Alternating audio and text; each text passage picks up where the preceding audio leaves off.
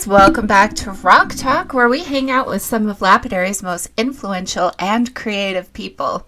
We have tips and tricks and lapidary advice, so grab your notebooks, open up commenting, and let's get to play. We meet here every Thursday at 7 p.m. Mountain Standard Time. Be sure to like and subscribe and hit the bell for your notifications. And each week we do live giveaways. So at the very end of this show, for everyone that comments, you'll be entered in to win. Last week, one of our followers, our subscribers, Bill, he won some amazing items from us. So pretty cool. So before I bring on our co-hosts and guests, drop a comment where you're located. And tonight on the show, we will be bringing up all kinds of things on the screen for you to see. We'll have our banner running across the bottom, and we will also be posting your comments, just like this. Ta-da! Thank you, Big Game Man. And William, Bill, our winner from last week, is back. Awesome. So stick around. We are going to get started. I'm going to bring on our first co-host. Our first co-host is Dave. Dave, welcome. Hi. Hey, everybody. How's it going tonight? Okay, so you can't answer me back, but it's the formality, right? Oh, I think they can answer back in the comments. But it's good to see you. Glad to have you. Would you like to tell us a little bit about your charity that you operate? Because we always want to plug up your great charity. So I operate a charity. If you go on Facebook, we are Rock Tumblers, 2 words, for autism. And so what we do is we raise funds and we give rock tumblers to school-age kids who have autism. And kind of gets them into a little bit of the science, helps them with some communication, different things, and kind of promotes the rock business, right? I mean, people want to go out now and hunt rocks with their kids. Great family tradition. It is a great family tradition. I think that is the first thing I did with my dad when I started collecting rocks, and we just used an old coffee can tumbler. Pretty cool back in the day. I can't say I did a lot of rock collecting with my dad. Usually I was throwing them in the place where he was trying to catch the fish. So, there was a little tension there. Just a little, huh? Okay. Just a hair. I'm going to go ahead and bring on Courtney King next. Courtney, hi. Hi, everybody. Nice to see you all again. Hey, Courtney. How you doing? Good. Thank you. I'm good too. Thanks. So Courtney has a lapidary business and she makes and sells cabs. Why don't you tell us a little bit about that, Courtney? So it's CNS Services, Cabs and Stones. We have a website and a Facebook page. Links are in the description down at the bottom there if you want to find me and see what I do. But basically I cut cabochons and for jewelry makers. I do a little bit of slabbing, a little bit of rough selling as well because I have way too much inventory. So I like to share that with people. But for the most part, it is just making the cabs. That's what I love to do. It's kind of therapeutic and meditative for me. Awesome. Awesome. Our next co-host is Ryan Brown. Ryan, welcome aboard. Hello. Hey, Ryan. How's it going? Hi, Ryan. Oh. I love your chin wave. Oh, thank you. So Ryan I missed it. Dang. Okay. So Ryan, you run a business called Glacier Bros. Can you tell us a little bit about that? Me and my little brother, we do live shows on Facebook and we sell rough and slabs to people all over the world 3 days a week. So. What 3 days? So right now we're doing Tuesday through Thursday normally. This week we didn't do one today, but normally it is Tuesday through Thursday. Okay. Okay, great. And we find you where? On Facebook? On Facebook on Glacier Bros. Yep. You can also find us on TikTok at Glacier Bros and Instagram at Glacier Bros. So. Don't you have an eBay store too as well, Ryan? Yep, and we are probably a week out from having a fully done website. So then we will also have that after. Nice. That is super exciting. Yeah, we're building stuff. That's So that is super great. Sorry to interrupt. I'm just so excited. Get started. We have Bart Nielsen here tonight with us, and he is a dichroic glass expert. I think I said that wrong this time. So I'm gonna invite him in and say hi. And hi, everybody. Hi, Bart. Hey, Bart. It's dichroic glass. There we go. dichroic. Dichroic. Yep. Dichroic. Okay. Okay. I've always wondered how to say it too. I keep trying different ways, so now I know. What does that mean? Dichroic. Dichroic means something that can change colors. So your tanzanite, the dichroic gem, it'll change colors when you move it. There's a couple others that will change colors when you're looking through it, and when you twist it, it'll change colors. It's the same with the dichroic glass. The dichroic glass has a color, and as you shift it, as this piece is right here. Let's see. As you shift it, it reflects one color. Get this in the center here. Oh, nice. From And purple to clear to blue. It reflects. Really cool. Yeah. So that's what it does. It's got a microscopic coating of different elements to make different colors, and that's what gives the color change effect with it. It's kind of a fun thing to play with and do. So, Bart, would that be similar to a Schiller's effect that you see in some things like sunstone, stuff like that, or is it a little different? It's a little different. It's more of a polarizing effect. Okay. With the way the light travels through the matrix or whatever you've got. On a tanzanite or what is it? Idolite is another one that is a dichroic glass. Or dichroic effect. So just so our folks at home understand, is it a film on the glass, or does it go all the way through the glass itself? It is a coating on one side of the glass. Okay. And it's the way they make this glass is they put it in I want to say it's like a hyperbaric chamber, but it's a kiln. It gets high temperature and high pressure, and then they have a laser that vaporizes particles, and those particles will attach themselves to the glass under high temperature. Okay. And that's how they make it.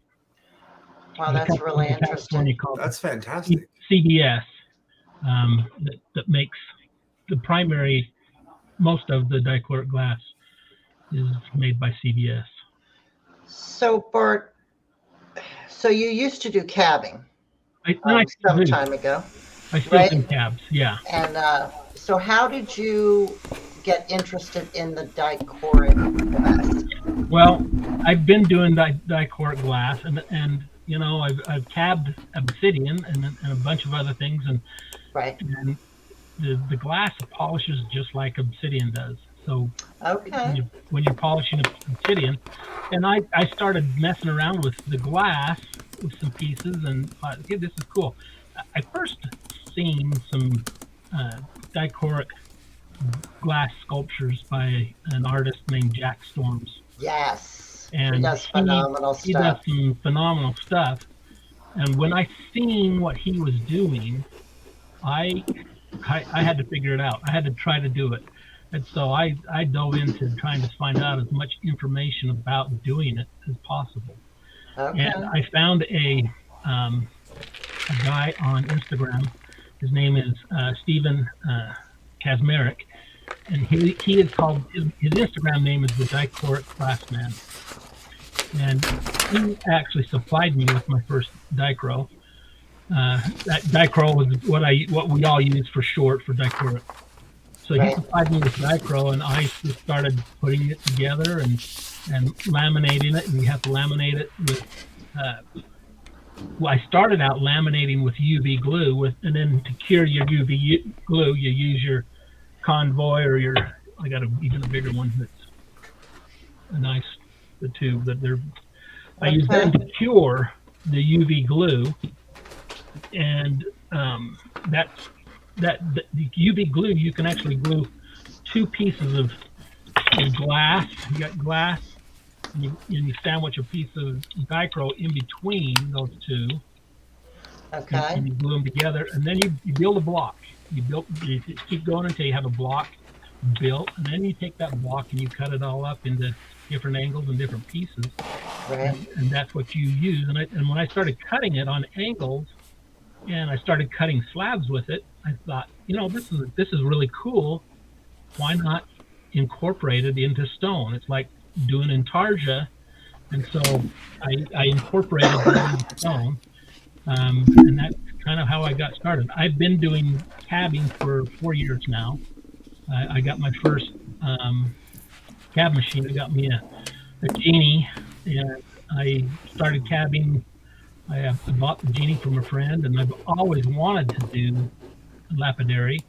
I've been a rock hound for most of my life, going out and digging. We go out to Topaz Mountain and down to southern Utah digging, down at Yellow Cat, and just a lot of different places that we go out and go rock hounding. And just like I say, I've collected rocks all my life.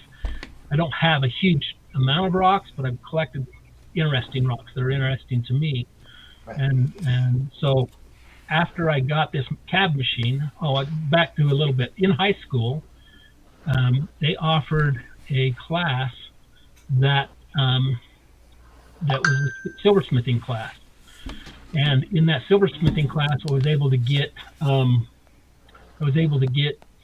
basics of cabbing and silversmithing and casting rings and different things like that. So I did get a little bit of silversmithing, and that really sparked my interest about being able to go and do different things. And so the cabbing, I got the machine and started playing with that, and got me a saw. I actually had the first stuff I cut was with a tile saw, and I still cut a majority of my stuff with a tile saw. I've got me a slab saw. I've got a small trim saw, and like I say, still cut a lot of stuff with my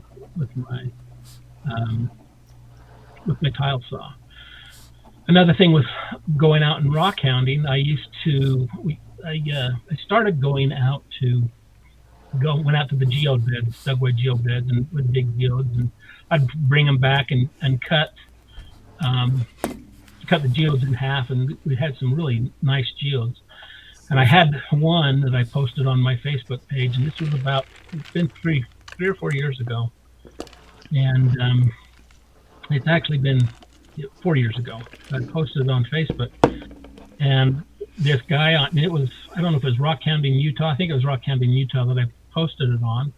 This guy, his name has now become a really good friend, is Steve Holmes. Oh, I love Steve. Steve's got some awesome agates, and he's awesome. He messaged me and said, that really needs a polish. Bring it up to my place and put a polish on it. So I went up to Steve's shop, and we sat down and we polished that agate. He polished one half, and he says, here, try polishing this other half. And he started polishing. He polishes with his dry sander. Okay. Yeah, upside down.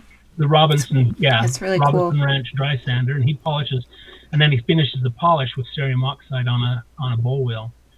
And so after him doing that, and that really sparked my interest about going in and trying to get a cab machine and doing different things. And so that's what I did. I got the cab machine and started going from there. So it's been fun. I learn.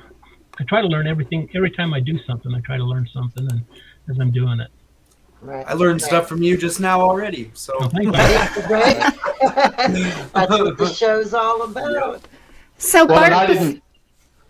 I'm sorry, go ahead. No, I was just going to say I didn't know he was using that Richardson Ranch dry sander to do that. I saw him post some petrified wood in one of the groups I admin today, and they were really phenomenal. I had no clue that's what he was using. I've got one of them. I haven't used it yet. Everything he does is with his dry sander. All of his flat surfaces. Oh wow! With dry sander. Okay. And then, then the last bit is the cerium oxide on the bull wheel. Right. So.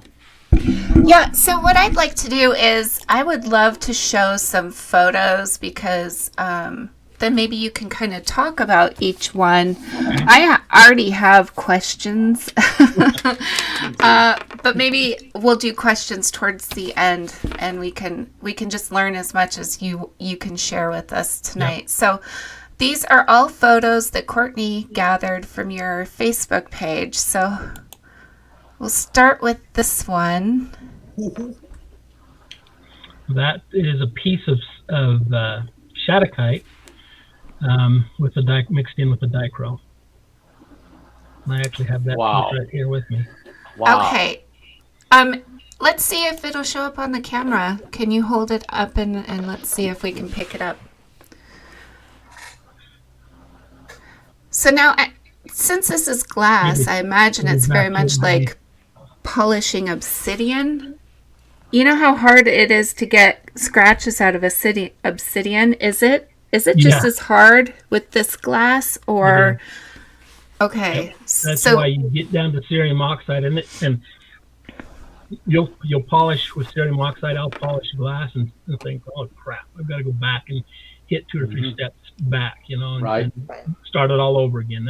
That happens a lot, and so you'll get scratches, and then sometimes you'll get some contamination on your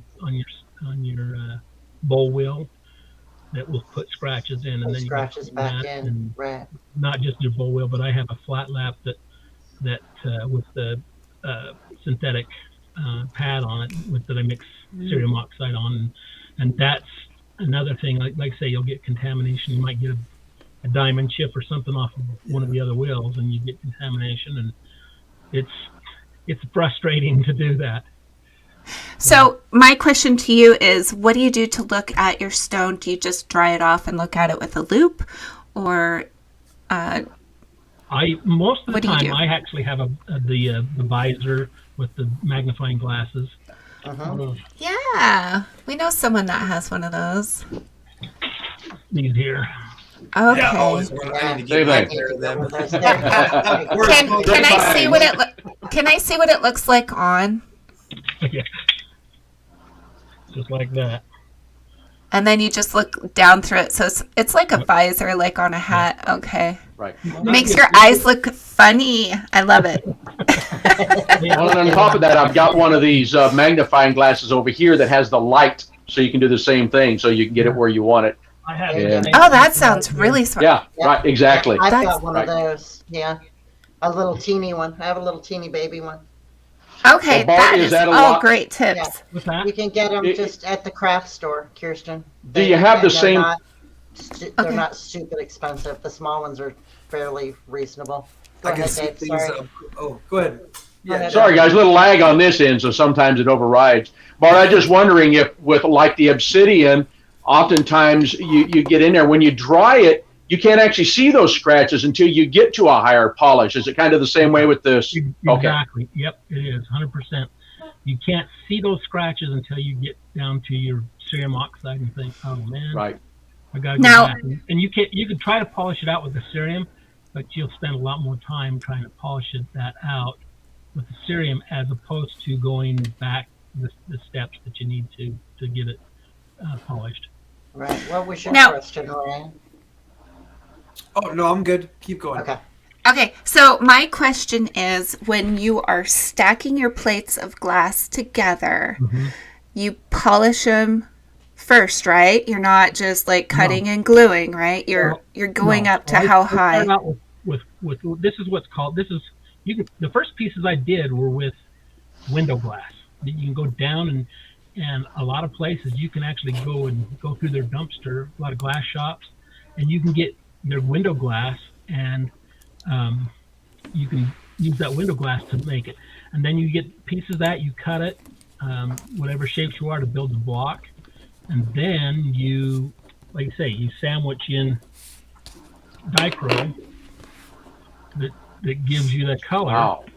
And the more, like I say, the colors that change with it, you can, like I say, the colors you change, you sandwich it, build it up, and you build multiple layers. So it really is like doing a Dagwood sandwich, right? Okay. Multiple layers that are just done up, and then as you turn it, you see the dichro. Yes. Okay. I love it. It is so fascinating.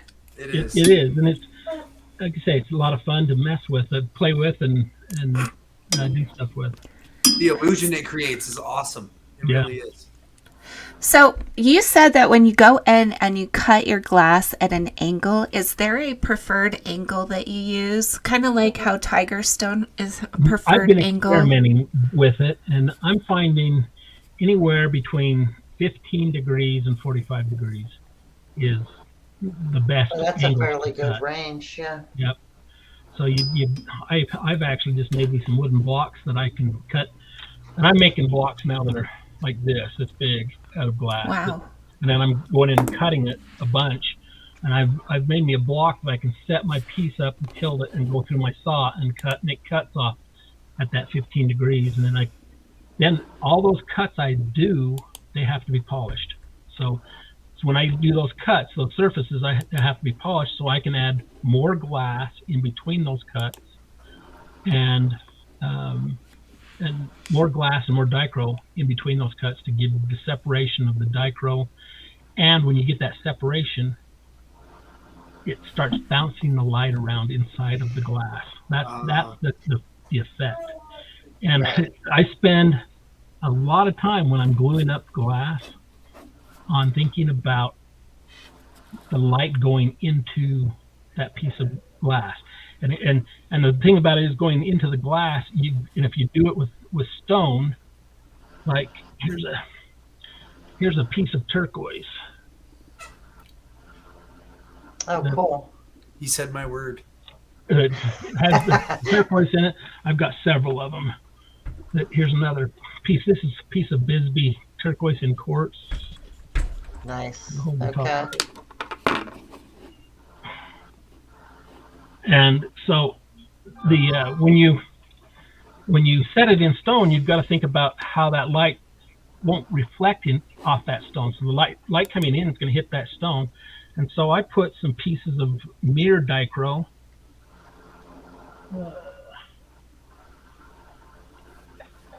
So this is a piece of mirror dichro.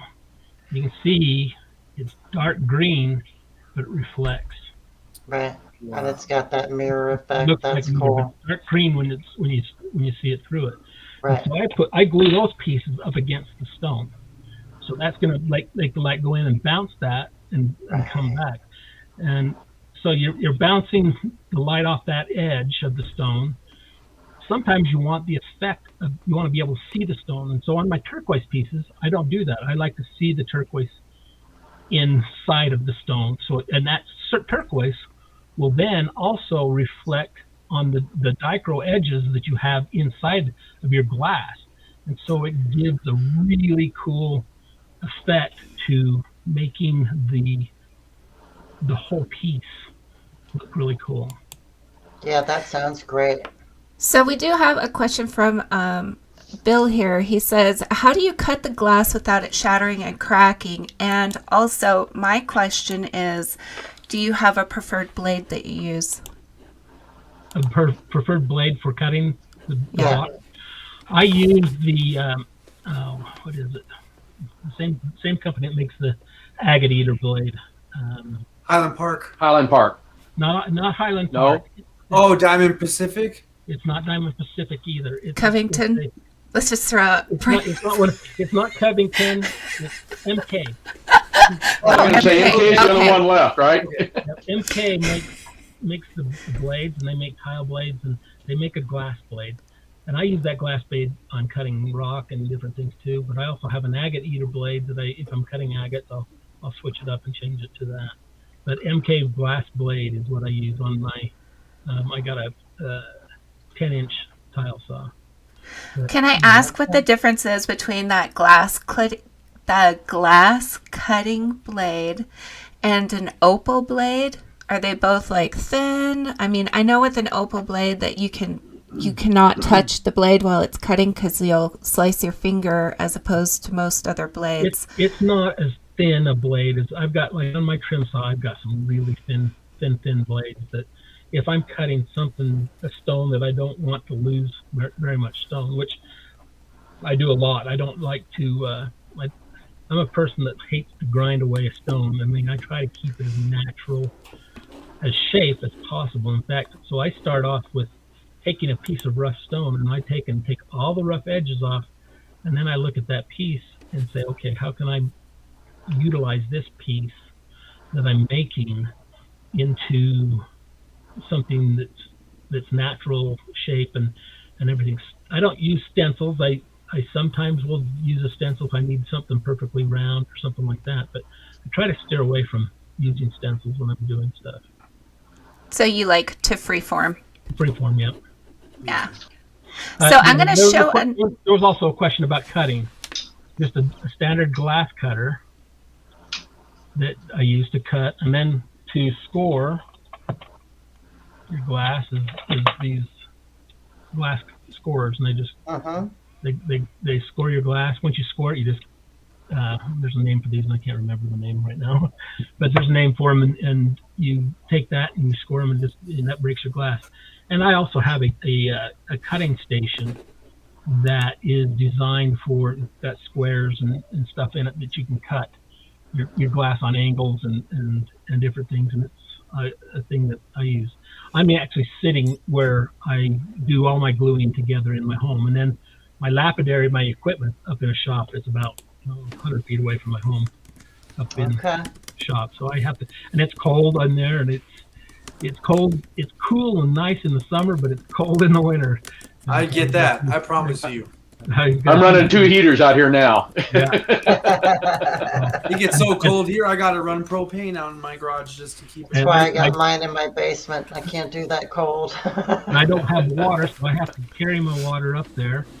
Right. And then I actually, to warm my water, I actually use an aquarium heater that I put right into the bucket, and that warms my water for me. That's what we were talking about last week. Nice. Yes. Did we have any more pictures of stuff that? We do have pictures, and I was going through them, but I kind of wanted to just like answer questions as we go along. I think it's kind of nice, but this next one really, it's incredible. Isn't that cool? Oh my gosh, I love that. If you look at that bottom of that stone, or that bottom of the glass down in there, it's actually reflecting off the stone that it's glued to. Right. That's one of the effects that you get out of that piece. And that's another piece of shattuckite. I'm kind of a fan of blue, so in fact, that's my favorite. I'm a blue guy. So I like shattuckite, I like turquoise, I like Dichroic, I anything blue, translucent stones, chrysoprase, just all kinds of stuff. Yeah, I'm looking through all the photos that Courtney grabbed for us, and they are all blue. Yeah. That is amazing with Isn't that neat? on there. It looks so classy. That's just a piece of glass, Dichroic glass. And that's cut and carved, kind of in a natural shape. So. How many stacks are in that one? That one's probably got 10 stacks in the block. When I glue a block up, it's got 10 different layers. And then I glue that block and I cut it and throw more into it. And the more I cut it, the more lines you get out of it. Okay. I can't tell, Bart. The pieces that you make here, are these domed like a traditional cab, or are these flat? That piece that's right there on that one's actually kind of wavy.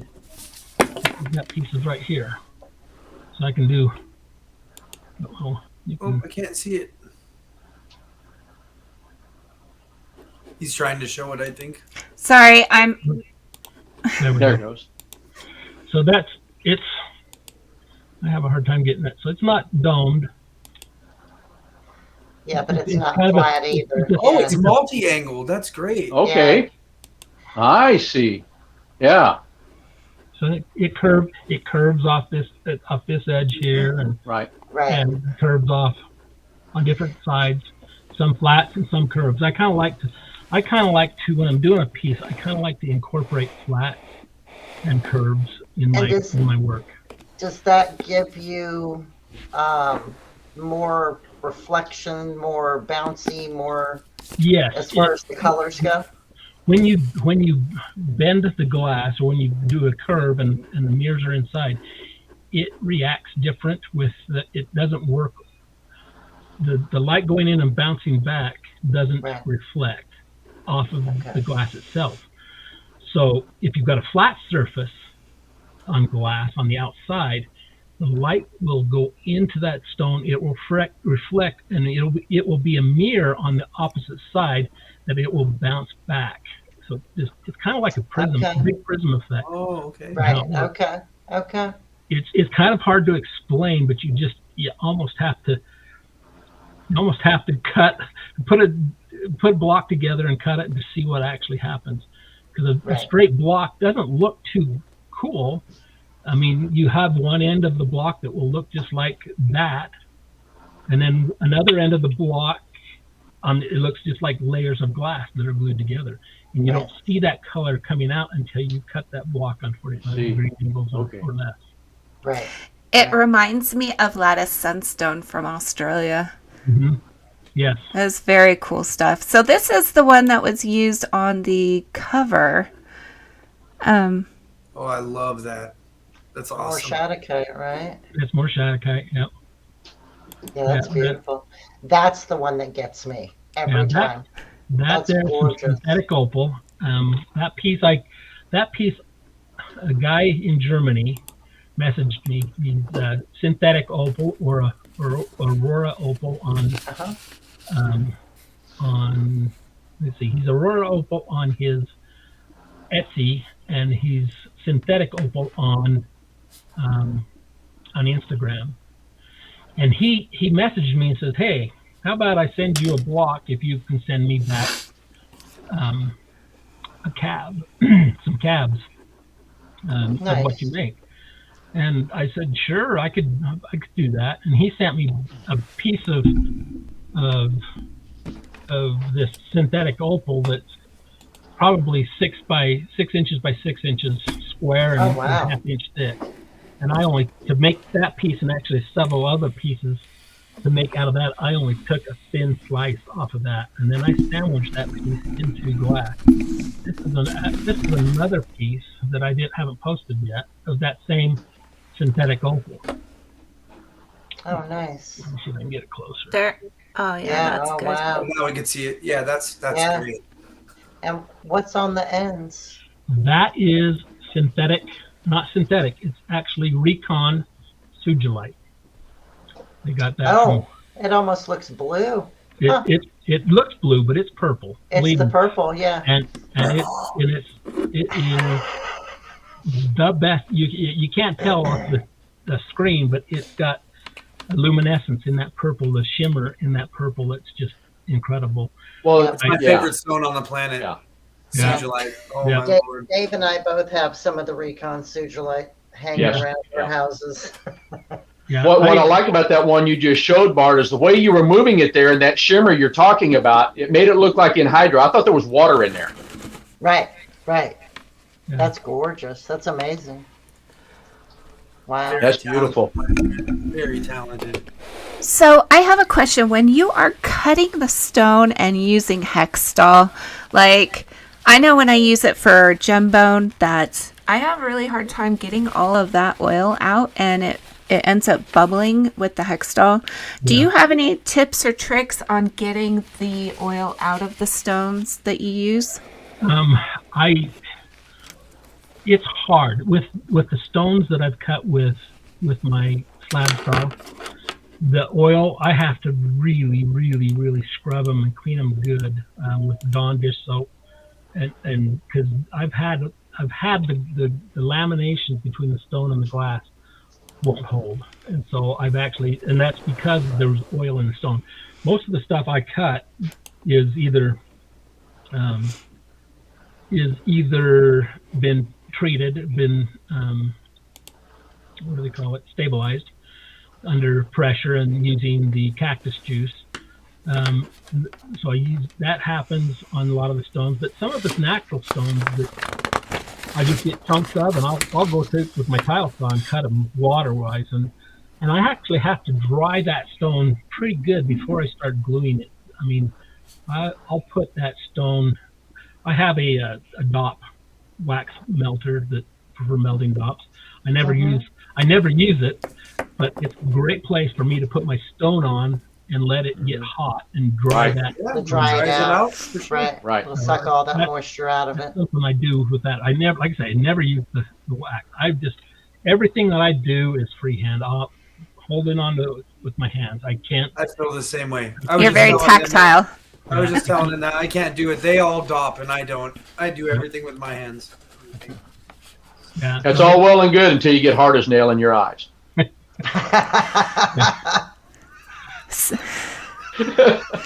You had to be here for that one, Bart. Yeah. Oh my. So Bart, this group, we're primarily for getting new people into the hobby and beginners, and you used a term that I don't think that a lot of our followers would know. What is Cactus Juice? Cactus Juice is a resin that you can do it two ways. You can put it in there it is right there. You can put it in a pressure vessel and pull a vacuum on that with your stones in that pressure vessel, and you leave it in there. I leave mine in the Cactus Juice when I'm doing. I leave it in sometimes 3 days under a vacuum, and that just lets it get into it really deep into the stone. And then you have to let it sit for a couple, 2 or 3 days. Then you take them stones out, and you have to put them in like a little toaster oven. Bake them. And bake them at 220 degrees for at least 2 hours or a little longer. Sometimes I let them go 4 or 5 hours, depending on how big the stone is. But you bake them, and that sets the Cactus Juice. That makes the Cactus Juice harden it's a resin, and that makes the Cactus Juice harden. Cactus Juice was started out being used in stabilizing wood. Woodworking for pins. Yeah, and they pressure treat wood and put dyes in it, and that dyes goes into the wood. So if you ever see dyed wood, like pens and different things like that, it usually has been stabilized with Cactus Juice. Interesting. Well, and if you guys remember that first show that we did, I had that old toaster oven that we were showing through all of the equipment that everybody their stuff. And that's what I use that for. That same thing is what I got that for, is baking some of the dino bone or some of the porous material. You bake it for sometimes 8 hours until it quits smoking to get all that oil out, and then you use it to bake the Cactus Juice with. Yep.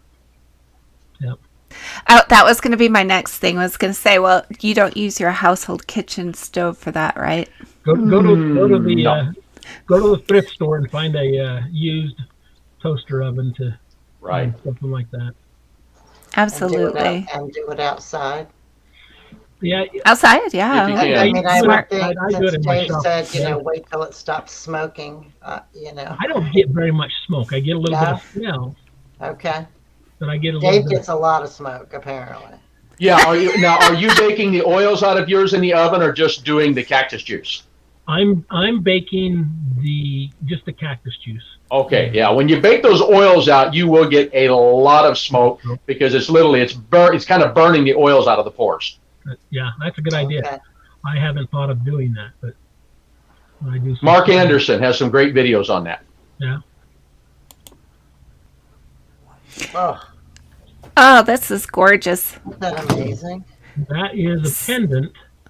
It's kind of funny that piece I did that pendant piece, and then behind it is a piece of shadowkite that is also glued to a dichroic block.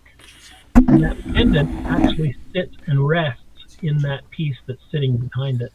It's kind of an idea that I had. And then you can also set a wedding ring on top of that pendant, or on top of that setting to hold your rings and stuff like that. Okay.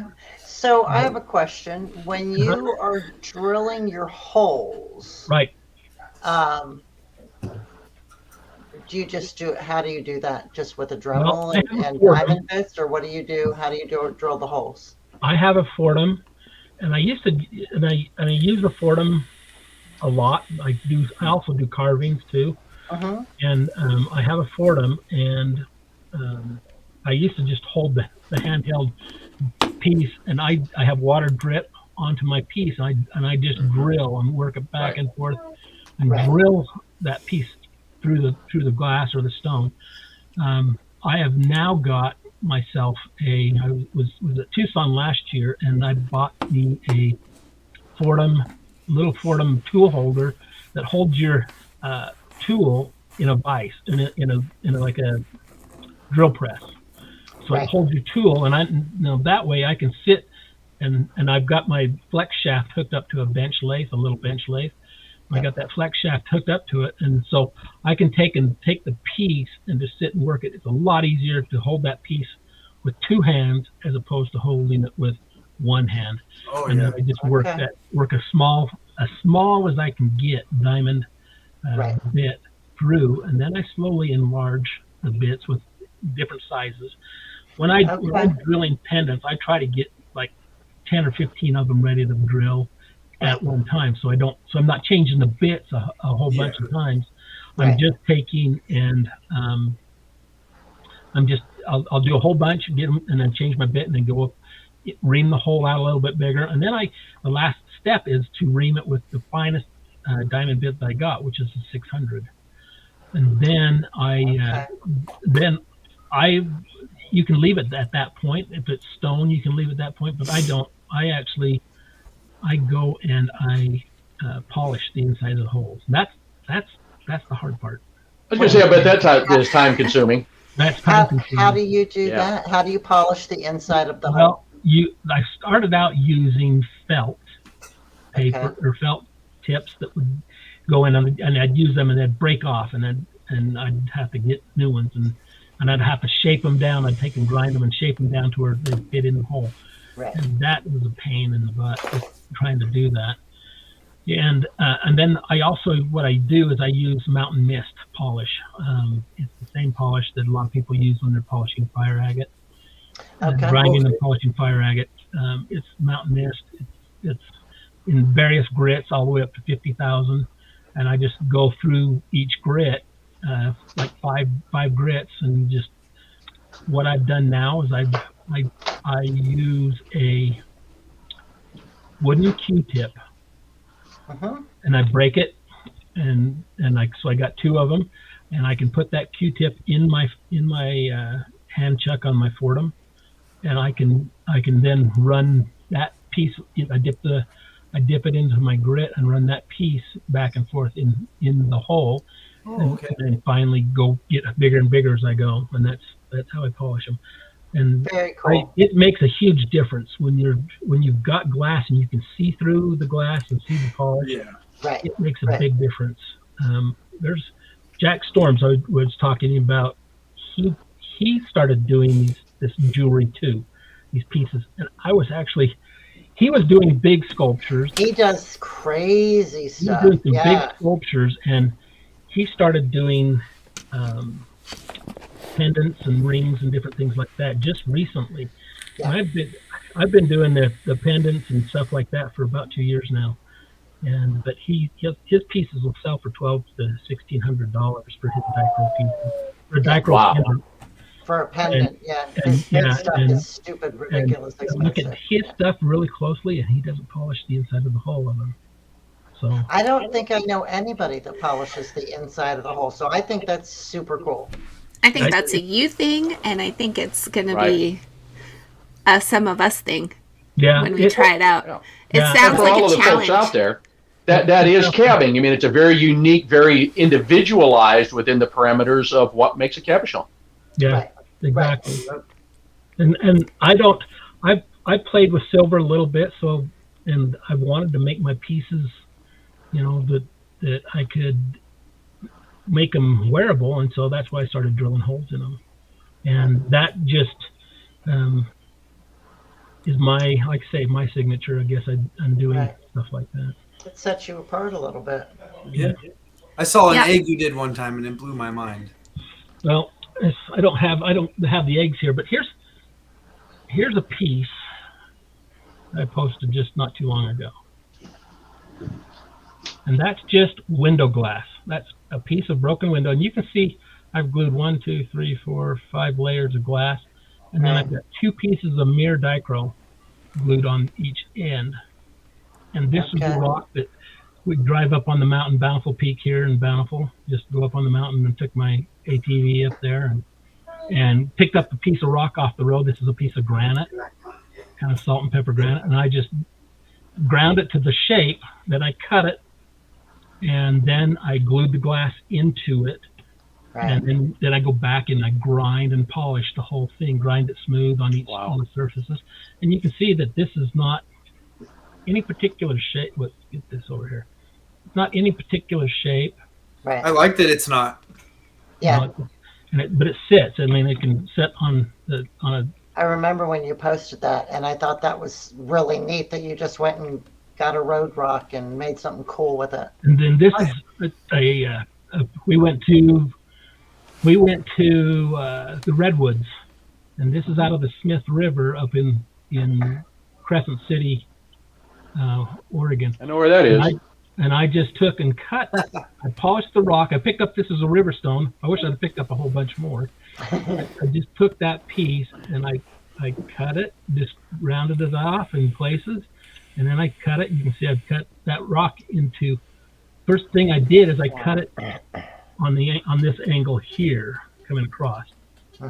Cut it, and then I shaped it, and then I come in and I cut it on this angle here, and then I glue the glass in it, and then I go back into cutting and redoing it. It makes a really cool effect on the rock. Yeah, it does. I have a 10-ounce Lake Superior agate that would look crazy like that. It's any type of stone that you could do would just be really cool with it. I love that. I want to show this next picture. This will be the last one, but could you tell us, is this the same stone, the same granite? That is a piece of, I don't have that piece here with me. It's actually up in my shop waiting to be drilled. I got to drill that with a few others, but that is a piece of black onyx that I put in there and glued up. This is actually, I've got actually another piece of that I was going to glue together with the black onyx. So this is black onyx right here. And you can see I've got glass glued to it, and this is not polished. But I've got another piece of glass that I'm going to probably take and I'm going to glue the two together.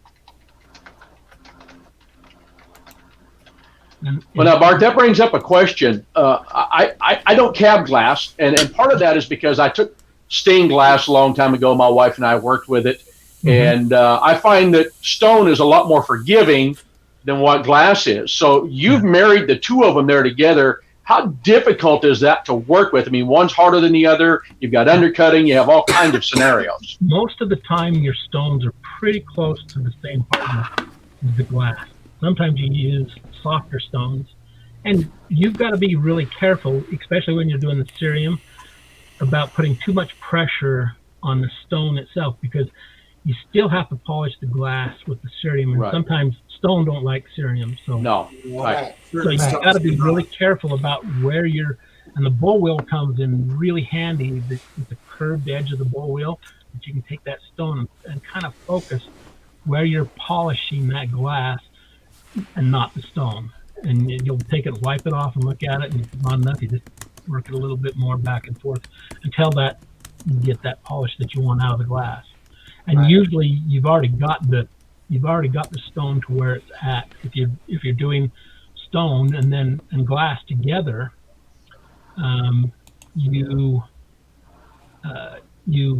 lost train of thought. But if you got stone and glass together, I'll finish off the stone like with a piece of turquoise. Then I'd use the ZAM on a buffing wheel. ZAM, I love ZAM.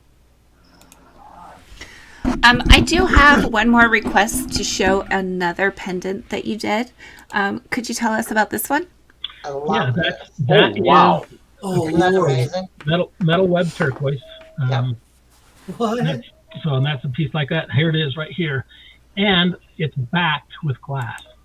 So I've started backing my pieces with glass.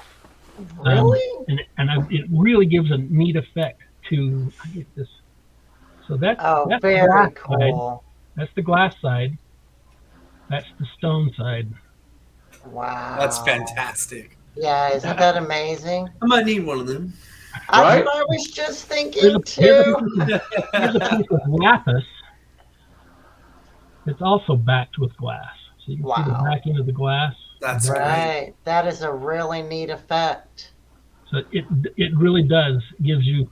I mean, it looks a lot better in my hand holding it here than on the screen, but it just really gives a neat effect. I mean, you can back it with glass on any stone. If you got a flat surface on the stone, and you take a piece of just normal glass, and you glue that to the stone as a Right. backing.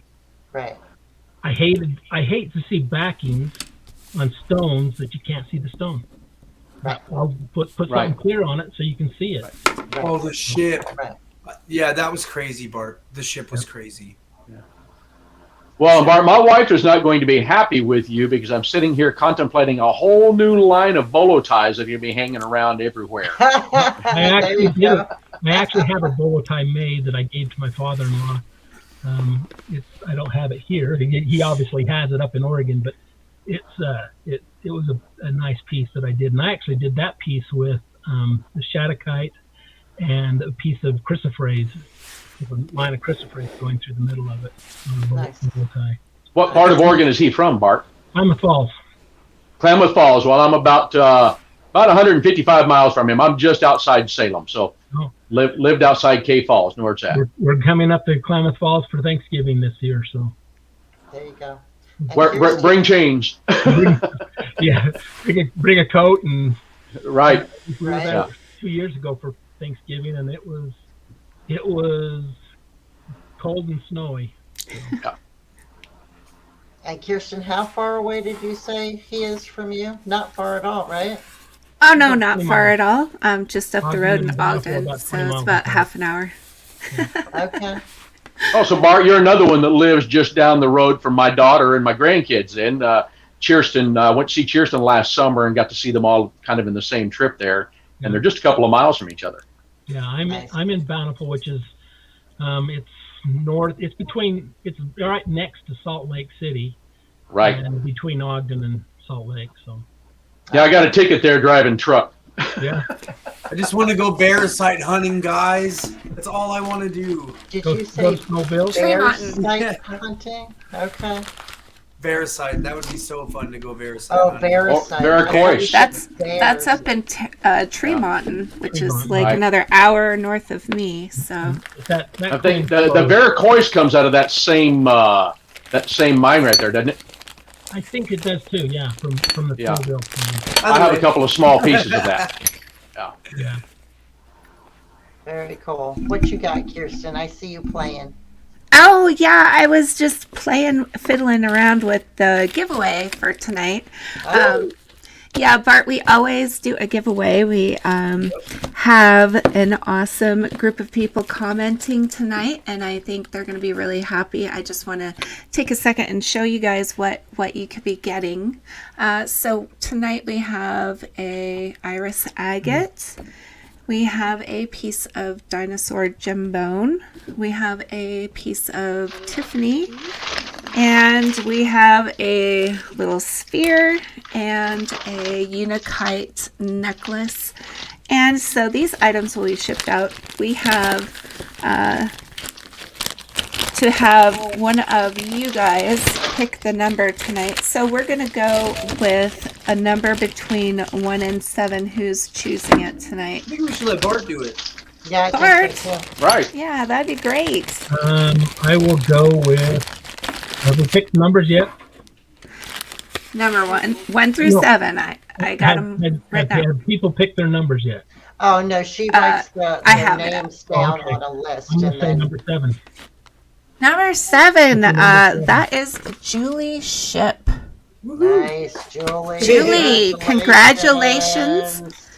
So you can contact me through my Facebook, or you can contact me through email. I am rockinraccoon777@gmail.com.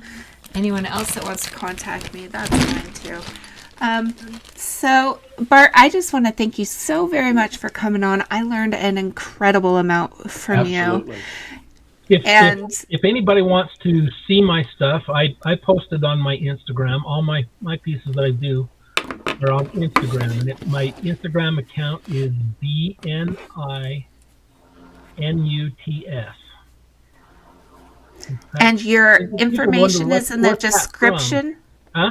Your information is in the description, so Yeah. all they have to do is click on that, and it'll be a link right to your Instagram. I have a question. Have you used Labradorite? Does it make a difference if you put Labradorite on the far side of the dichroic? If you can get the flash to match? I think it would be cool if you could get the Labradorite. It depends on how thick the glass is, but you could probably get it to take that color and reflect back onto the glass and back out. Yeah.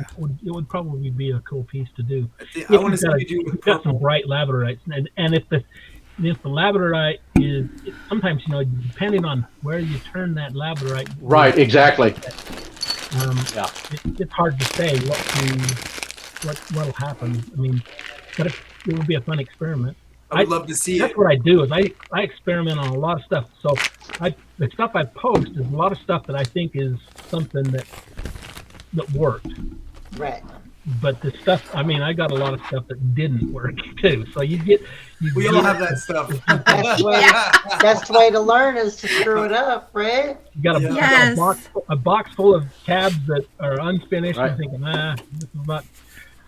I was going to say my box of screw ups is bigger than my box of successes. Yes. Absolutely. Exactly. It used to be. I don't know. You and Dave could get together and make some crazy pop sockets for autism. Yeah. It'd be really cool. Yeah. I was just going to show him what I do here. Was that Hell's Canyon? That Hell's Canyon. No, this is actually a piece of the golden sycamore from right over here in Sweet Home at the Hollywood Ranch. Oh, Wow. Nice. Yeah. Nice. Kind of similar to Hell's Canyon. It does. That's what I Yeah, said it too. does Hell's very Canyon. much so. Right? Yeah. Yeah. Yeah. It is very similar. Yep. Cool. I'm thinking some of these with what you're doing, make them a little thinner, back them with some of that glass. Pop socket needs to be a little lighter, so I put a really shallow dome on them, but I think that would look phenomenal.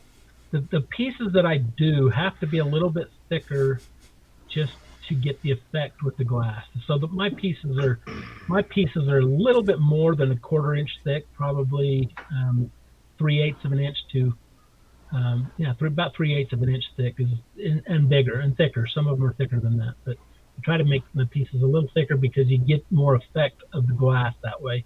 Okay. Okay.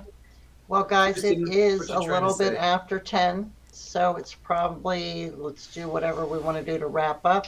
And yeah, absolutely. Thank you for being here, Bart. We appreciate you so much. It was Thank you. awesome. I love your work. Fun. Yeah. Enjoyed So, it. any last comments from everyone? I'll let Bart go first. I want to tell people that enjoy the hobby. I mean, it's still a hobby for me. I mean, I'm an excavation contractor by trade, and so I work during the day digging holes and stuff like that. And but when I get time to do lapidary, that's my release. That's where I find the relaxing. I can just sit in my shop and listen to music as I'm cutting and just have a great time doing it. There you Do go. what you love what you do. Yep. For sure. Absolutely. Yep. So, Very I love nice. that. Thank you, Bart. Thank you. you're welcome. Yep. Okay, Ryan, go ahead.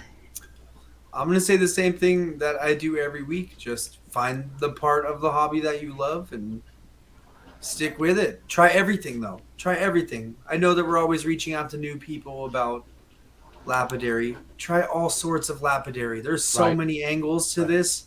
There's so many angles to it. So, I don't know. Just enjoy yourself and have fun, and I'll see you next week. I love it. The chin wave, I love it. All right, Miss Courtney. So same thing. Enjoy it. Find your niche. Try everything. Don't be afraid to fail. Because like we just talked about, that's where you learn. You learn from your screw-ups. You learn, I was in my scrap pile the other day and found something and I literally said, oh my God, why is this in my scrap pile? Because now I've learned some other things. So I'm going to go back and I'm going to do that. But just, enjoy it. Enjoy it. I love it. Yeah. And like Ryan said, we'll see y'all next week. Much love. Thank you for showing up, everybody. Appreciate you. Thanks, Courtney. All right, Dave. All right. I can't hardly hear you because my hearing aids just gave up the ghost and the Bluetooth disconnected. But I hear a little bit. I kind of want to say what everyone else did. Go after this for the relaxation. Go after it for the fun. Don't make it work. Just go out and enjoy it. I actually went so far as to put a TV out here in my shop. If I want to, I can get on the laptop. I can pull up a million videos on YouTube on how to cab at least a million different kinds of material, different information on anything you can think of. And so just go after it. Don't be afraid. I have zero talent, and yet I'm making some pretty nice looking cabs anymore. And Yes, it you just are. takes time, and just go enjoy it. Just have fun. All right. Thank you, Dave. All right, guys. Thank you for joining us this week. We will be back next week with a special guest from Highland Park. And I'm excited to see what they have to say. And everybody, thank you. And we'll see you next week.